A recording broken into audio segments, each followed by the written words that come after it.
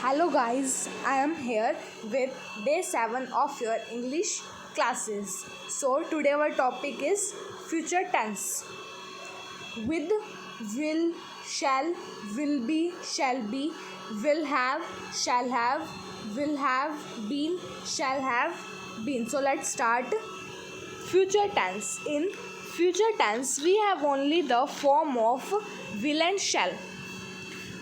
Past में और present में तो हमारे पास होता था, अलग अलग होता था, डिड, डू, डज, लेकिन फ्यूचर में सिर्फ हमारे पास विल और शैल है. हम विल और शैल का यूज़ करके विल बी बनाएंगे, विल बीन बनाएंगे, ठीक है. लेकिन but nowadays we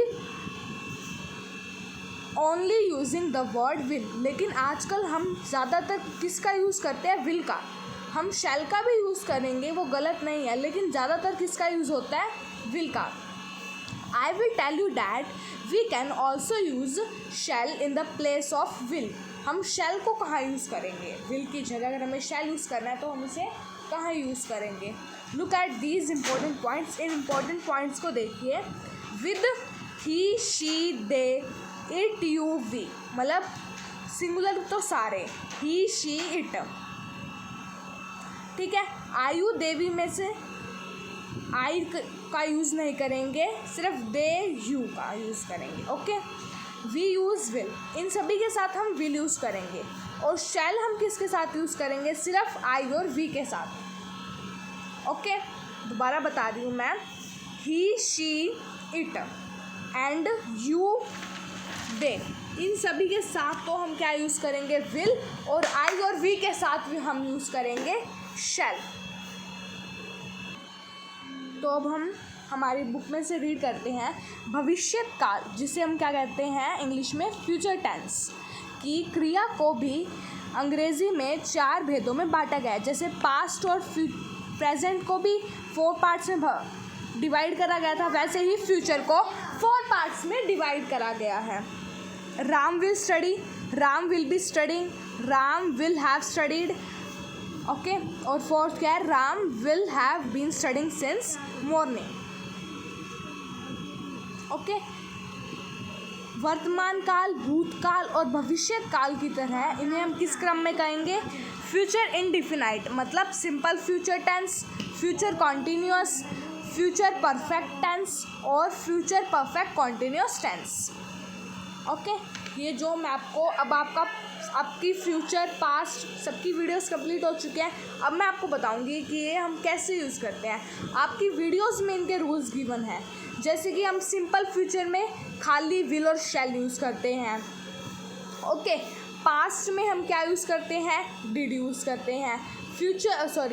present में हम सिंपल प्रेजेंट में क्या यूज़ करते हैं? हम क्या करते हैं? बोलो.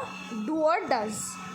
तो इसी तरह से जैसे जैसे मैंने पढ़ाया है वैसे वैसे है. तो अब स्टार्ट करते हैं हमारा फर्स्ट टॉपिक, विल और शैल. विल और शैल किसका रूल है? फ्यूचर इंडिफिनाइट, मतलब future tense, simple future tense. Hindi में हम कैसे करेंगे कन्वर्सेशन? क्या तुम खेलोगे? नहीं खेलूँगा. क्या तुम कल आओगे? हाँ आऊँगा. क्या तुम रात को यहाँ ठहरोगे? नहीं, मैं लौट जाऊँगा. क्या तुम शुक्रवार को राजा से मिलोगे? नहीं, मैं घर पर तुम्हारी प्रतीक्षा करूँगा. अब इंग्लिश में कैसे करेंगे? Will you play? नो आई वो नॉट. विल को क्या कहते हैं हम? वो नॉट. ओके. विल नॉट होता है, उसको क्या लिखते हैं? VON, will you come tomorrow? Yes I will. Will you stay here tonight? No I will go back. Will you see Raja on Friday? No I will wait for you at home. अब will be और shall B कैसे करेंगे हिंदी में? क्या कल तुम इस समय गाड़ी में यात्रा कर रहे होंगे? हाँ, मैं कल इस समय कानपुर पहुंच रहा होगा. क्या हम इस समय मैच नहीं खेल रहे होंगे? क्या हम कल इस समय मैच नहीं खेल रहे होंगे? हाँ. क्या हम शिमला बार बार आते रहेंगे? नहीं. अब कैसे? Will you be in the train eight this time tomorrow? Yes I will be about the train Kanpur eight this time tomorrow. Shall we not be playing at a match at this time? Yes, we will be.